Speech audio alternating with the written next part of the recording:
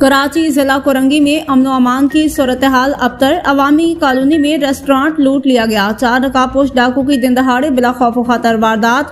मुसल्लह मुल्जिमान ने आते ही सबसे पहले सिक्योरिटी गार्ड का असलहा छीन लिया। मुल्जिमान की रेस्टोरेंट में मौजूद अफराद की जाम तलाशी, मोबाइल फोन और नकदी से महरूम कर दिया। वारदात के दौरान डाकू की जानिब से खौफ हरास फैलाने के लिए हवाई फायरिंग। अवामी कॉलोनी पुलिस ने वारदात का मुकदमा दर्ज कर लिया, लेकिन इस तारीख दहशतगर्दी की दफात मुकदमे में शामिल नहीं की गई। वारदात के दौरान ने 50 से 55 हजार रुपए लूटे। अवामी कॉलोनी पुलिस जिला कोरंगी में शहरी अदम तहफ़्फ़ुज़ का शिकार डाकू का राज बरकरार। SSP कोरंगी एक गिरोह की गिरफ्तारी पर प्रेस कॉन्फ्रेंस करते हैं। रोजाना की वारदातों का हिसाब कौन देगा?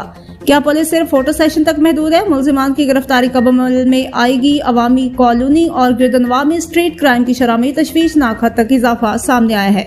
जिला कोरंगी में वारदातों में ढाटी चेहरे पर कपड़ा बांध कर आने वाले गिरोह सरगर्म है। नकाब पोशी और ढाटे मारने का तरीकाकार अमूमन अंदरून सिंध के कच्चे के इलाकों और देही जुराम पेशा गिरोहों से मंसूब है। अब कराची के शहरी इलाकों में भी मुनासिब गिरोह शनाख्त छुपाने के लिए ढाटे का इस्तेमाल कर रहे हैं। कोरंगी में ढाटे मारकर वारदातें करने वाले गिरोहों को जिला कोरंगी पुलिस कब गिरफ्तार करेगी?